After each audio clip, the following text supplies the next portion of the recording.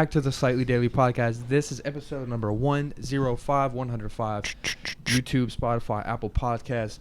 Boom. Let's get right into this thing. Skyler. Slightlee. This is a good thing. This is a good thing having new people on here. I had my friend, the last one I did, I had my friend in here, and it was cool because, it's like the homie coming back, but it's always nice having, like, brand new guests, new people. Yeah. That's what this thing is all about, Yeah. Meeting new people, me meeting new people, my followers meeting you, your followers meeting me. Like, it's just a cool thing. Right. Man. There's a lot going on. Yeah, Please. dude, lots going on in this area. Yeah. Let's all right, so we talked a little bit about off camera. So, you're from Memphis area. Yeah. You're grew up in the suburbs of Memphis and Cordova and Germantown, Tennessee. Okay. Cordova specifically, the Olympic baseball stadium? No. The USA baseball field? Is it with the Cardinal on it? Yeah. Yeah. I played some games there. Yeah. So it's beautiful. Yeah. I always looked at it driving around. So, how long did you live in Memphis area? Till I was like 10. 10 years old, so like 5th grade or some shit. Yeah. I moved here right in middle school to Middle Tennessee. So and it was for my sister to go to school too. Okay. At MTSU. So older sister, obviously. Yeah. Okay. Right. All right. So Skyler, if this is the first time somebody has seen your face on camera, sitting over here in your blue jeans, what would you want to flip flops? What would you want to tell that person? They slided. Like, who are like what would you want to tell that person? Oh man, you're gonna hit me with that. I say, how's your day? How's your day? I like that. That's an interesting one. How's it going? It's pretty. We're off to an early start. Mm-hmm. It's pretty good. I'd go, how's your day? Out there, Okay. And then what if someone responded to that question? Good. And what do you do? Well, I'm glad. It's a blessing. That's a blessing because not every day feels very good.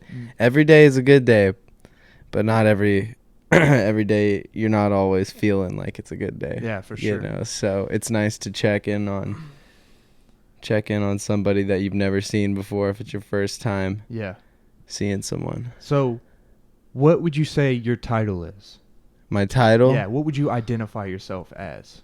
Monsieur. I think like right now an artist and a tradesman. A tradesman. A musical tradesman or an industry tradesman.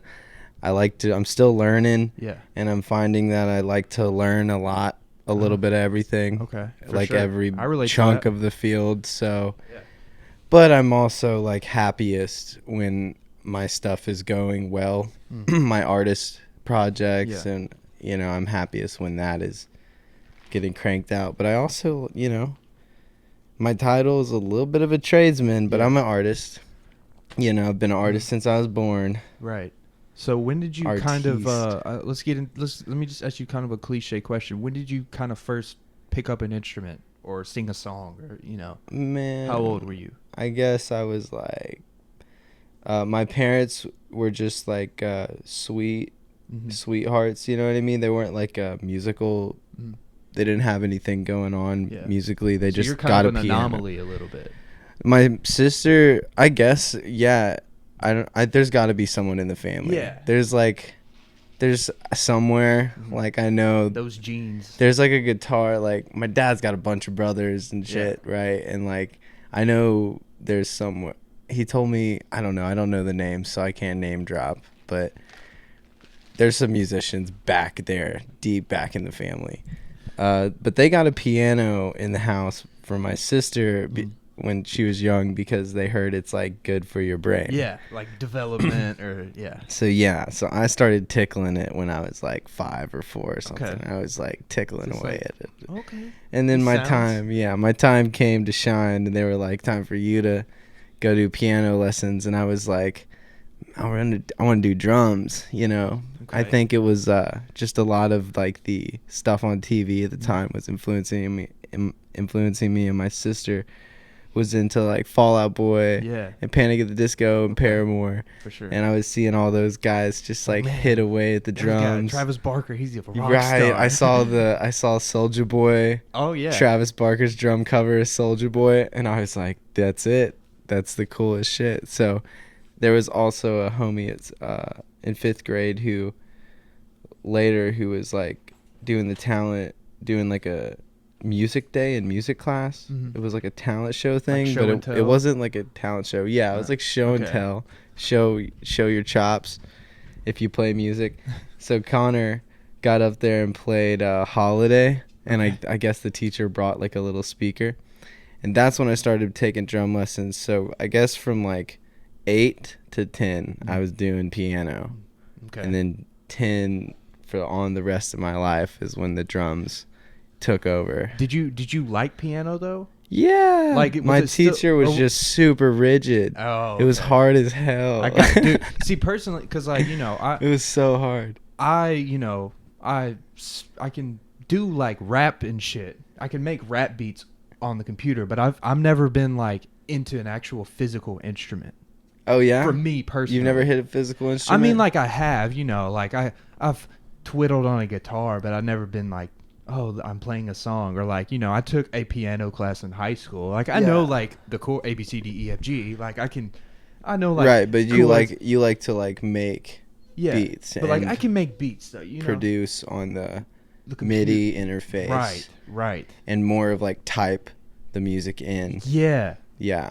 On the grids and stuff. And like, it's just a different type of skill set, I guess, you feel me? But okay, so I picked up the instrument. I picked up the piano. Like I was playing around the house because it was always around the house, and I just thought it was fucking tight. Mm-hmm. And I liked the low register a lot. I liked just like getting down on that low register. Yeah. Just making it roar and grumble and shit. So, piano and drums, those were kind of your first two instruments. Yeah. Like that was kind of what kind of started your passion, I guess you could say. Yeah, and like I also the baby steps. I also just kept begging my dad for a bass guitar. Yeah, and for some reason I felt like there was this split in the road of like so I was like begging him for drum lessons because they threw me in piano, and I was like already banging around at home. Yeah. And I'm pretty sure I got some sticks like before I started taking it seriously. I had some sticks, and I was just twirling them and setting up my pillows and doing the pillow kit kind of thing where you like just set up a kit on a chair. Yeah. Or I did a chair. And so I was getting it like that, just playing through songs, and like Foo Fighters, the Pretender. Yeah. I was like, trying to get stuff like that. And that was like, so I was just like, let's do this drum, throw me a drum lessons. Like, when can I quit piano? And so when I quit that, I had the bass too, so I was like chopping away at the bass because my sister was playing guitar all the time in the room next door, acoustic guitar, playing Green Day and shit, and like playing and some Jack Johnson and like Say Anything, some and like smooth stuff, all sorts of stuff. Like she had this friend named Hunter that was into the Used, so I heard the Used. That shit was like heavy. Mm-hmm. Oh my goodness, it like blew my mind. And that box full of sharp objects, all that stuff was like super cool. So I was like playing that kind of bass, you know what I'm saying? I was like aggressive. Yeah, would you say? Or I was just like, this instrument's fucking low and fucking. I think the way it works though, the way that instrument works, I was into it too because I'm a drummer. Mm-hmm. I think like because drums came super naturally. Yeah. Like that worked. Like I understood how to do it. Yeah. I could put it together, and then when I got a good teacher in Memphis, he could get my hands going the right way. Like he taught me rudiments, kept me on the snare drum for a long time, just on the snare drum. Marvin Morgan back at Lane Music, freaking, was really slow and low. So that way, when he like put Rush in front of me and that Neil Peart stuff, I could just get through it, and I could like, oh, okay, this is what it looks like on sheet music, and okay, like cool, like that all came together like that. So it's like piano, bass, drums. Okay. This rhythm. Yeah. The rhythm section. Right. Fucking love the groove. I think you know, I love the groove. What's so interesting about those like combinations of instruments is like piano is like kind of like a almost like a thing you have to learn. Like there's like a technical like no, this is how you play the piano. With drums, it's kind of just like you can have your own style. Of drumming. Oh yeah, you know, but right? It's so free. With piano, it's freedom. You can do your own thing, but there's kind of like a formula. I mean, it's tough. Music theory. There's like discipline. Like to be a great drummer, it does take great discipline. But you're right about it. It's like a different color. Like, it's a different color of like discipline. In a way, you know, because drummers are just fucking drummers, man. I got a friend who drums, and his style is Aaron Gillespie. To like, sorry to interrupt you, but like, good. He's great. And then like Bernard Purdy. Those are two other, you know, ends of the spectrum. Porcaro, Jeff Porcaro, I think his name is the Toto guy. Versus Travis Barker. You can't put the they're both sick as shit and doing their own thing. But what were you gonna say? No, I was just saying my friend actually. So that show that I did, he was the guy, the black guy that was drumming. He's like his style is like crazy. Like it's kind of jazzy a little bit. Yeah, you know. He was using his ears, man. He fit in. So like he's crazy. He's because you had tracks and shit. I had so a track. He fit in. To those tracks, and I used certain songs that maybe had like longer beat without me rapping on it, so I could one catch my breath and two have him just like freestyle it. And that's kind of his thing. Like we didn't rehearse that shit. That's awesome. You know, that's awesome. Yeah, it's fun. Okay, man. Playing with the stage, you know, playing with the crowd, the stage. Yeah, that show was sick.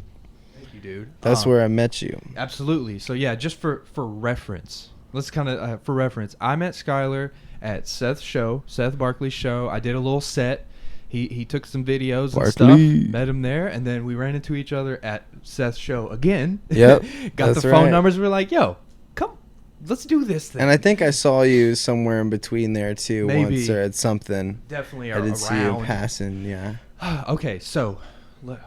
Let's move on in this little story we got going here. So about 12 years old. The instruments. Bass, little piano. It's in my hands at that point. All that stuff's kind of like tingling in my hands. What's the next kind of step? My sister was fucking writing songs, man, and she had journals, and she was like deep. Yeah. She was like, you know, she was like introspective chick, man. So in high school, and she still is, but back then, very like. You know, she's 16 and I'm 10. Right. So, like, big age she's, difference. like, the coolest, and all her friends are the coolest in the world. So I was like, okay, I need to write songs. So I tried my hand at writing some songs. And I had some buddies, too, at school who, like, I had a buddy, Rivers, who came over one time, and we were recording off of my Walkman. And just, like, my mom got me a phone. I was, like, 10. I had a recorder on it, so I was hitting it. And were you guys? God bless us young kids with phones so early. But I was recording. Was I what? Were you guys like playing the instruments and singing at the same time? Like I didn't have the bass plugged in. I don't know if I had a bass amp at that time. I'm sure I did, but it might have been at my dad's house. My parents been divorced my whole life, so I was at my mom's sometimes, like doing that, but playing Rock Band. But then I was like at my dad's where my drum kit was at once it got serious. And so I was like showing my sister these little sketches of songs and some of these recordings. Like ideas. Yeah, Rivers brought his guitar over and like I was like, sick, you can play guitar, let's do this. I can play the drums. Yeah, like I used the Rock Band mic. Yeah, it was crazy. Wow. And like we were just like you just trying want it. She was just like she was like, they're all right. That was what she told me. I remember it and was like, fuck. So the next step, bro, is I had to step it up, but I didn't really worry about songwriting. Right. After that, I was like, cool, like whatever, and just kept drawing and playing like Pokemon or whatever, you know, and just like playing drums was just all I cared about. It wasn't like, oh, my sister told me these songs are all right, and I need to get better at songwriting. Yeah. That didn't happen yet. It was mainly just instrumentation. Drums. You just were like really wanting to master I was playing Disturbed and Slipknot. When I found Slipknot, dude, it was also over. Slipknot blew me away. I'm not peeking this mic out, am I? No, you're good. Yeah. No, we're good. Slipknot threw me back, bro. I was like, oh, whoa, I need to get a double pedal, and I need to, like, get a China cymbal. A China cymbal is the first cymbal I bought with my saved up money, you know what I mean? And it was in explain kind of what that is. It's the China. Okay. It's shaped like this. Okay. A lot of people know, like, the China sound. It's like they all sound kind of the same. Okay. Every brand, every size. They're like a trashy, and they're the shit in metal. It's like your ride cymbal in metal, right, or whatever. Okay. In heavy music, you're just bashing away at that thing. And so that was like my first purchase. I was like, you know, my first drum purchase. I was like, I'm getting a China, and I'm gonna like just. And it was really sick. So your parents like never forget let you. I still have that China. That's cool. It's shattered. It's like cracked everywhere. So your parents were like okay with you just being loud as shit, like pretty much. Like were they pretty like accepting of you just being like, hey dad, I'm about to just go and just bang away. Yeah, my dad lived in a house in Germantown, and in like a sweet, adorable neighborhood. Our neighbors were super cool and like pretty old.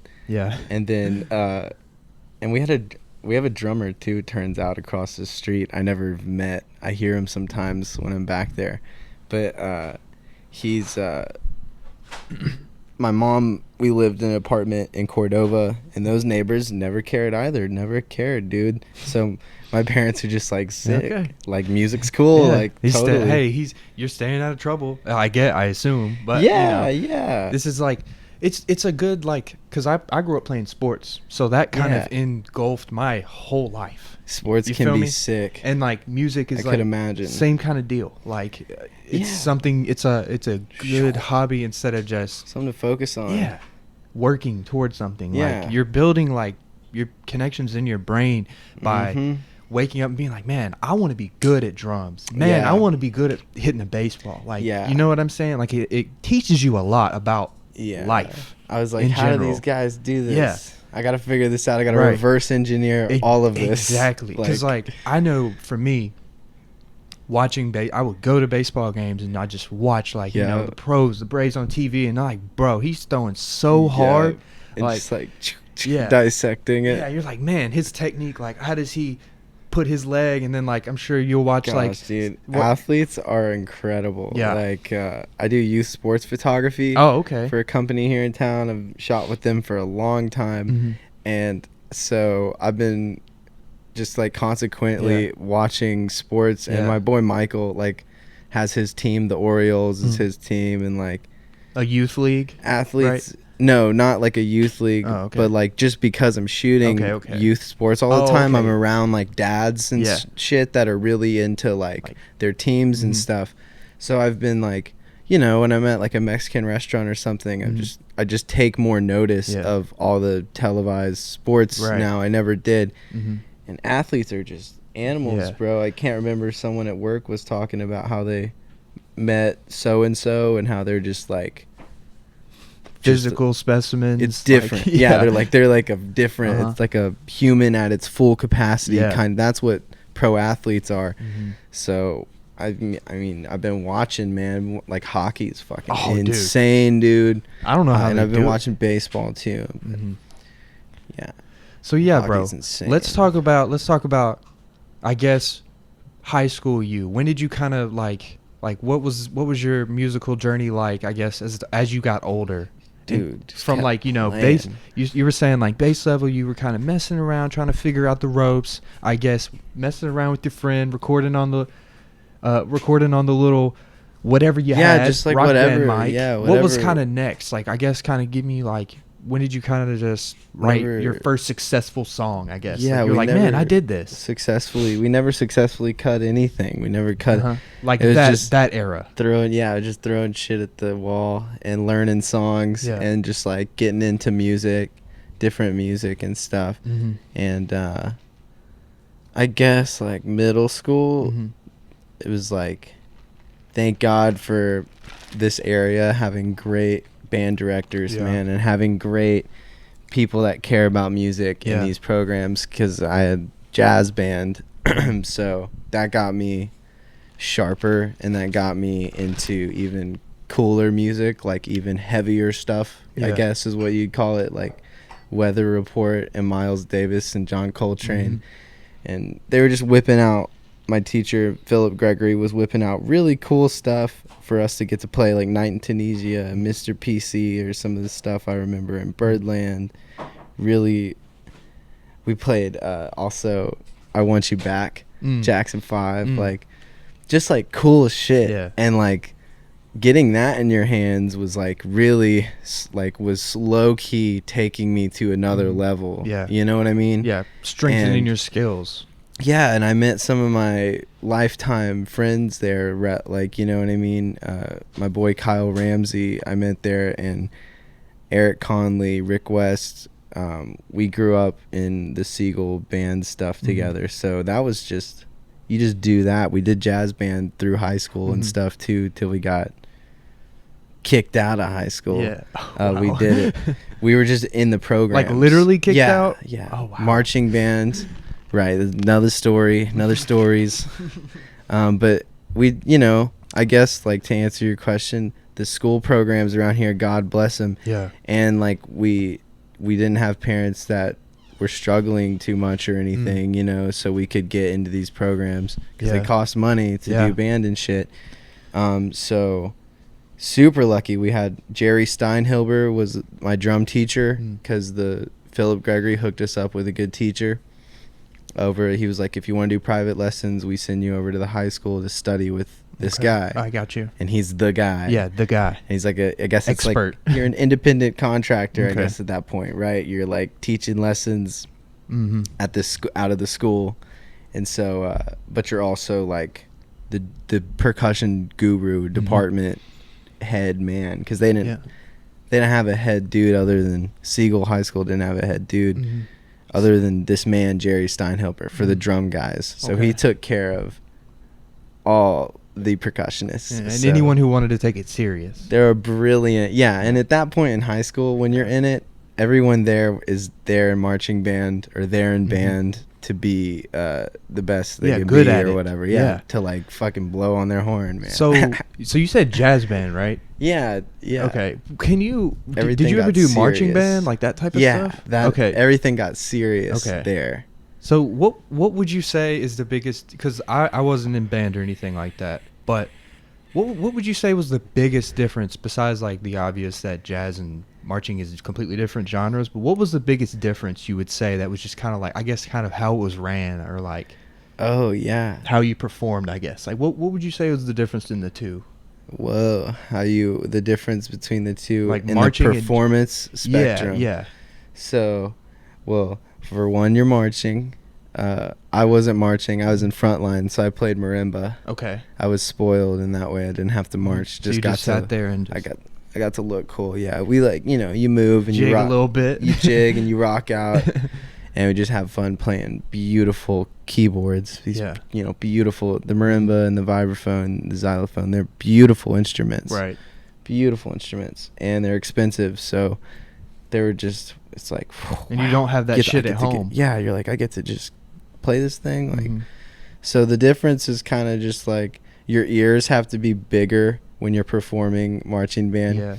When your ears need to be big when you play with a band, of course, or when you perform live, no doubt. But marching band, you have to, you're listening to like, I guess we had a big band, a pretty big band. So there's like 200 people or 150 people. 150. All gotta be in sync. I think it was like 150 or 130 or something. But yeah, no, we all have to have the same pulse in our head. Everyone. And everybody's like, you know, and then all the tempo changes. Everyone's, when it goes from 120 to 160, everybody needs to be right there on the dot. So that's the difference, I guess, is it's even more heightened sensibility. Like when you're in a band, you're doing that still. You're changing on a dime with like 4 dudes or jazz band, big band. It's like, what? That's like, a big band's like 20 people. I don't know. I probably sound ridiculous, but it's, you know, 4 horns and 4 bones and 4 saxes or 5 saxes, I guess. It's more than 4 in a big band, I guess.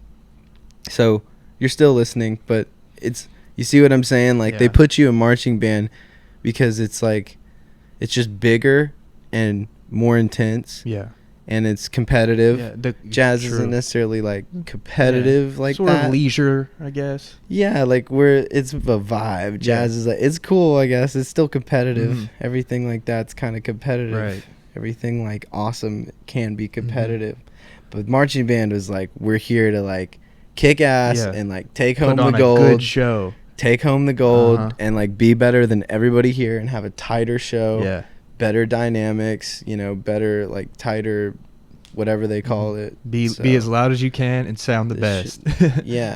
Yeah, fucking. And look the best too. Like seriously, dude. Formations and shit. Yeah, we crazy. Walk around looking like Power Rangers, and it's the coolest. Like we loved it. Oh, like, dude, we love our uniform. I grew up uniforms. MTSU. Like I said, I was born and raised here my whole life. I've been to the MTSU. I've been to literally hundreds of MTSU football games. I loved watching MTSU's band. They're awesome. It's sick, dude. They're marching sick. Band's the sick. Halftime shows are like, that was like when I was a kid and like I kind of didn't know sports like that. Yeah. My favorite part was the band. That sound, bro. Seeing like that big of a sound is live different. Instrumentation. It's like shit. It's like a wall of sound. Yeah. Did you ever see the Contest of Champions contest they do over there? No, I haven't, but I bet it's amazing. So that's DCI. It's all the high schools, right? That's DCI. They do all the high schools. Right. And they also do a DCI one there. I don't know if it's called Contest of Champions, but the DCI is like the highest level of it. Okay. It's drum corps. So you have to like audition in. And it like costs money too, so a lot of people like work jobs to do this, get the opportunity to like be in the NBA basically, like working a the job. NBA of marching bands. And it's crazy. Yeah. It really is like fucking freaking. It's unreal, dude. It's like these guys are. It's like music on crack. Yeah. Bro. It's like the HBCU bands too. Like HBCU, like TSU, like the the college, like, yeah, like the real like they don't play around. They don't play around, man. Yeah, I haven't seen too much of that, but on Instagram or TikTok or some shit, you'll see a band and something they've done, and you hear them, you're like, that's a big. Yeah. They got big players or whatever, and the drummer's always kicking butt. Yeah, they have a dude on kit. Yeah, kicking ass. They always kick butt. Let me ask you this: what was the first time that you felt proud of something you created? Oh, dude. I guess there's like two things. The first... Go ahead. Like musical? Sure. Like a music thing. Like you were like, man, I'm because I was always drawing, and I always felt like I was good at drawing my whole life. So I was like pretty proud kid from the get-go because I could just draw really good. And I loved art. But the music... The first thing I was proud of is this thing I made... My dad was like on a trip to go see one of his exes or something, and like he took me with him. Okay. Yeah. I don't know. He's a cool old man. Yeah. And he was just, nothing weird really. It was cool. But we were going up to Virginia, and I had my skateboard. I'm very like love skateboarding with my whole heart. That's another one of my passions, I guess you want to say. I love it. And I took my skateboard and was rolling around. And what was the question? Oh yeah, I had an iPhone with GarageBand. So I was like, I had the recorder, the mic on there. I made this like weird thing, and then I made an album cover for it, and I put it on SoundCloud. Oh yeah. I guess I was like 14, and I was like proud of that because it didn't sound like very bad. Feeling. I was like, this sounds freaking cool, and I like just made this out here like by I'm not yourself? At home. Yeah, I was in a hotel with my dad, just like fooling around on my phone. So and it was like it just sounded like synthy like lo-fi kind of beat. But you made it beat music lo-fi vibe like with the little it was sick. Then the other thing I was really proud of was with Eric, with Rick West, way back in the day. We grew up like just spending about every day together, just like fucking around. Real homies, like just the brothers. Playing. Yeah, dude, that's my ride or die or whatever you call it. That's my dog. That's beautiful. Yeah, shout out Rick West. Shout out Rick West and Scotty Malcolm, Secret Color. Look out. But we made this we made like a couple things, but there was this song called 333. We put it up on SoundCloud. It's still there. You can hunt it down. That was like the first thing we made, and that I was proud of that. We finished it at like 3:33 in the morning. I was rendering it out. And I was like, we'll call it 3:33. 3:30, it's perfect. And it was just tight. It was cool. It had like a cool composition. We like thought it out, wrote it out, communicated it well, and like played the parts and recorded it on like a little analog 4-track and sent that into Audacity, I think. Is how we did it. Okay. I think we did it on Audacity. Okay. Just bounced it through a, like the little analog boards. Dude, Audacity and GarageBand, dude, that is like the common denominator in like everyone who's ever done music. I'm dead ass. You know what I'm saying? Crazy. That's how everyone who has ever made a song started. The way today, man. I mean, that's the way. We had these like tools to record and track as many tracks as you want. You can dub endlessly, I guess. Like, because like 20, 30, 40 years ago, bro, they were recording on tape, and you had to like look, don't fuck up. Yeah, you had to also kind of know what's going on. Like if you have a X-inch tape or whatever. I don't even understand. I can't even like. There's certain room on it, I guess. Like I can't imagine you only have so recording many tracks. recording a Beatles session. Like how did they do? Like bouncing is scary. Eric's really and then like meshing it together, but like you got Paul's over here playing piano, okay, and then John is singing, and then you got George, he's got to get a drum pattern down. Like, how do they, I was watching back 50 years ago.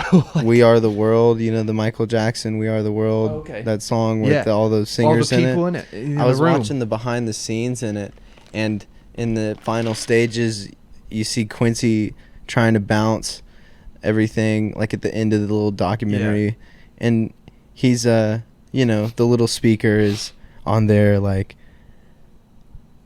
she's like, the hardest part is not done after the session players have been, it was like a 4-hour session. The hardest part is yet to be done. The real magic is where Quincy and his co-engineer start, and you see him like, it kind of hit me. I was like, damn, they're taking all those takes and sifting through them.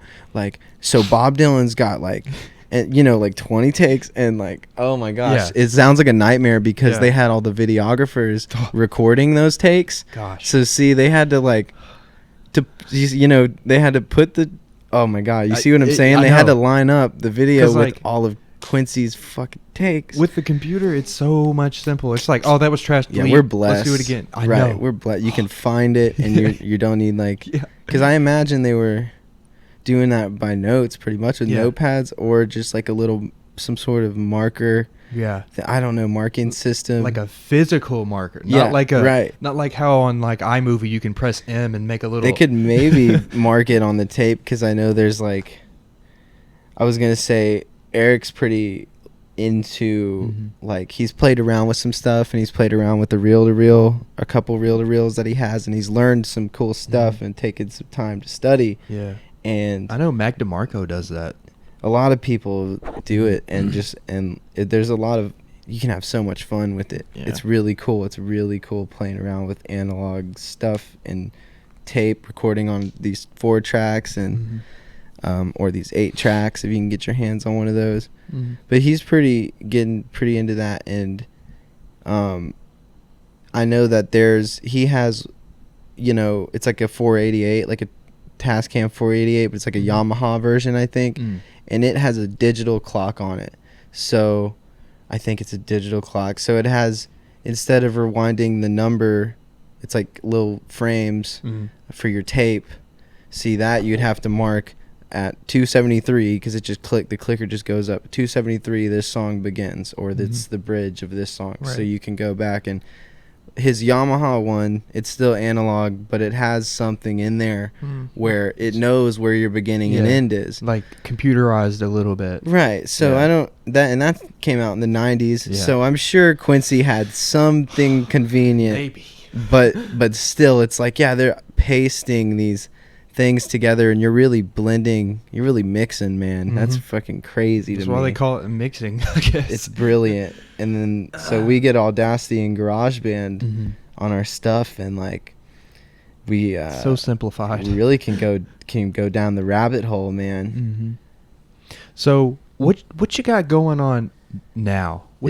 As of recent, man, as far as musical projects, I saw you performing on the drums a couple weeks ago, and I saw you at Liquid Smoke. What you got going on like recently, man? What you been up to? I guess musical. Trying to finish. We kind of got like a background of you man. I like got my brain going. I apologize to anybody if I sound like a mess, but just like I love talking about all those things and music and stuff.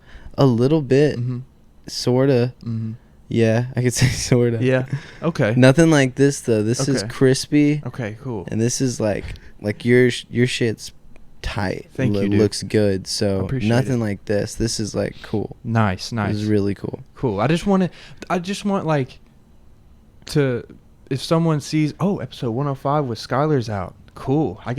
I'm about to go down the journey. Chill. Like, you feel me? Sheesh. Kind of get the background of you. Sheesh. Don't want to give too much out. Don't want to give too much. I want to try and keep it somewhat concise, because I know I can go on rambling and I have a funny way of talking. So I got to keep that shit tight. Mm-hmm. But so it's this record. That's what I've been working on, really. I've been working on my record and finishing. It's called Wait Until Marriage. Okay. And I've been really nestling in that thing, really dialing in that thing for like 2 years now, and I guess writing it for 2 years, 2.5 years. Right.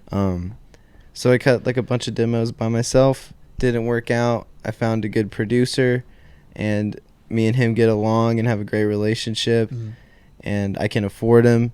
It's like nothing crazy at all. Yeah. And it's good work. Yeah, it's fucking, dude, it's awesome. The record's being cut through a London Trident console, which is the same board Paul McCartney has in his house. So it's going to sound nice. It's beautiful. It sounds great.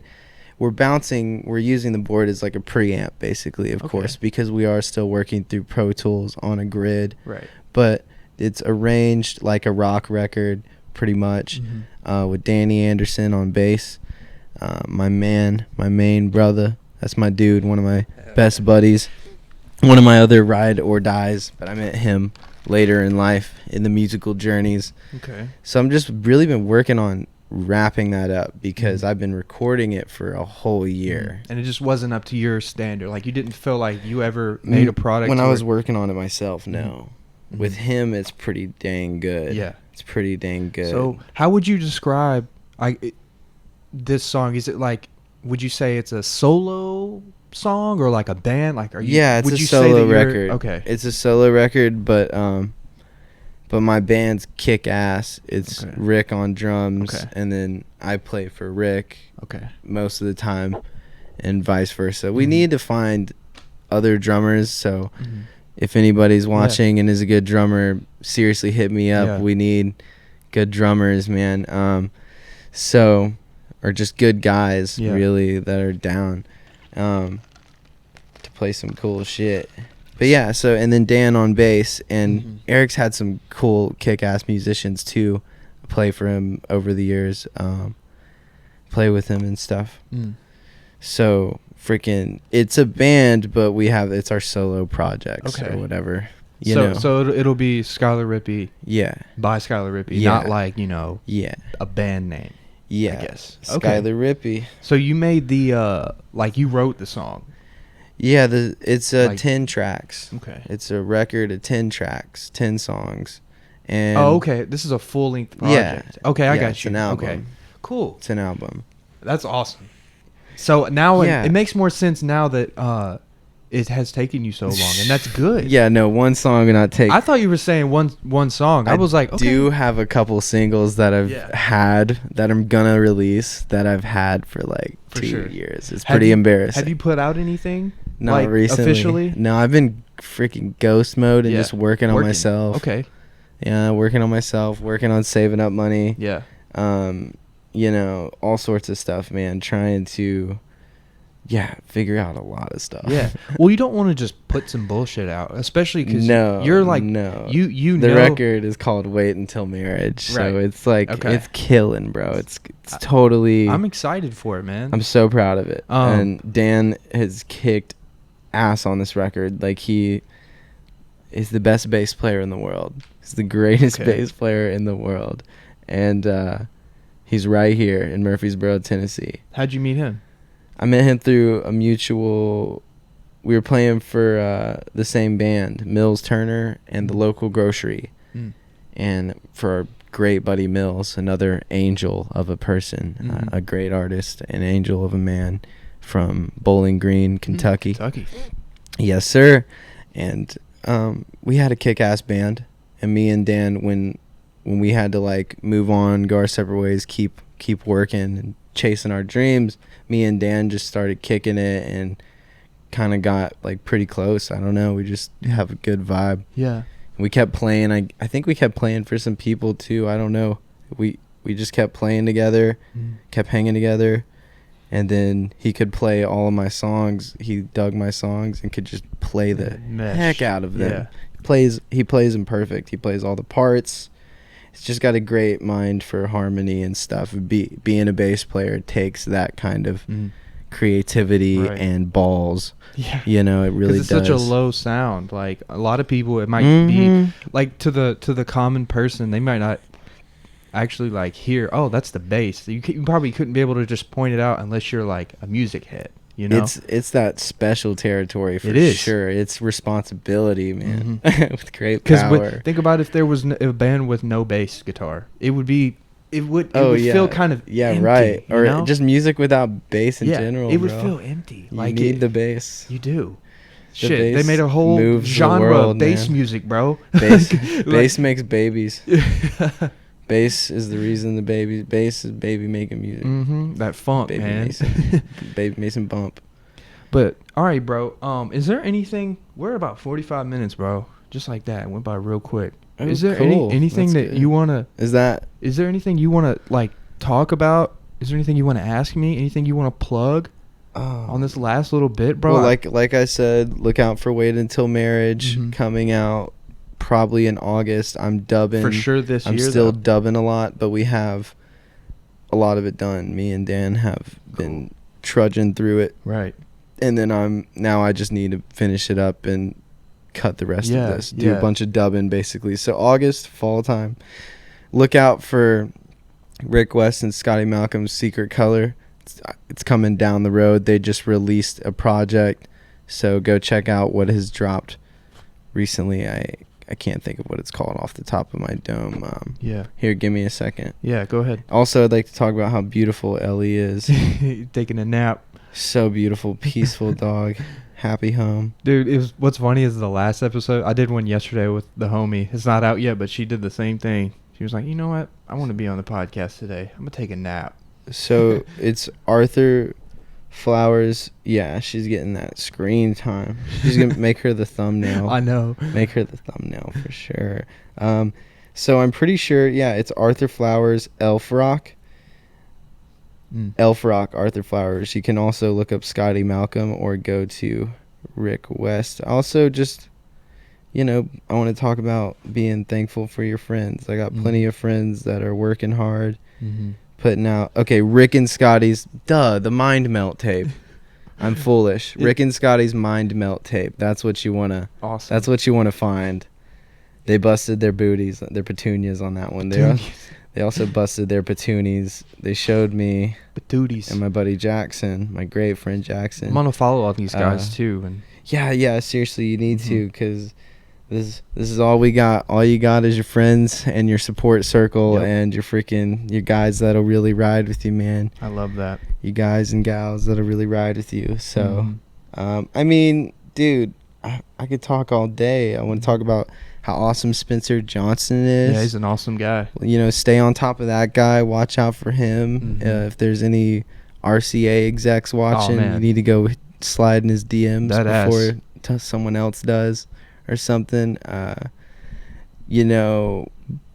Savvy is also. Savvy I love is Savvy. Awesome. I had him on here. Yeah, Awesome guy. I saw that. I was stoked to see him on here. Bro, he reached out to me, and I was like, I didn't know who he was, and he reached out to me, and I was looking at his page. I was like, okay.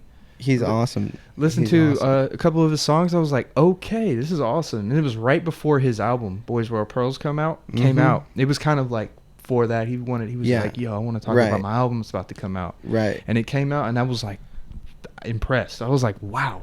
Yeah, I met his brother at the parking garage skateboarding too. His brother was skating with like a whole crew. Wow. It was sick. Yeah, dude. His brother's name's Fred. He works up, I think it's Fred, or it's not Frank. I'm pretty sure it's Fred. He works up at Moab. Okay. Shouts out to Moab bike shop. Go say hi to Fred or Frank. Pretty sure it's Fred. Shout out to this whole area, bro. Middle Tennessee, man. Compound Skate Shop. Shout out to freaking all the skateboarders out there. You know who you are. Yeah. Holding it down. Freaking, God bless, man. We are lucky to be alive. I know. We take it for granted, man. Just like being alive. Yeah. It sounds so simple, but it's like, just take a deep breath sometimes, Yeah, people. Just. Yeah, I told you about my buddy Tyler wanting to be here. But life, external conflicts, and family and life is on the line in his world now. Or like that. So he's gotta attend to those matters. Yeah. So, appreciate what you have while it's here. What you were saying about the friends. For real. Friends deal. Records this, records that, but most importantly, just have fun. Have fun with it, right? I love that. And call up your homies and check in on them and stuff, Check in on your dogs. Skyler, thank you. Yeah, thank you. This was awesome. Thank you, dog. I appreciate you. I'll keep in touch. You got my phone number, man. Text me, like we were saying, bro. Text me sometime. I'm going to text you. Thank you so much for having me on. For sure. It's Ramble, man. Episode 105. Shoot. I'd love to have you back on some other time. That's sick. 105? 105. Wow, man. That's sick. Just keep trucking along, man. This is an awesome thing. That's right. Yeah. Thank you guys for watching. Thanks.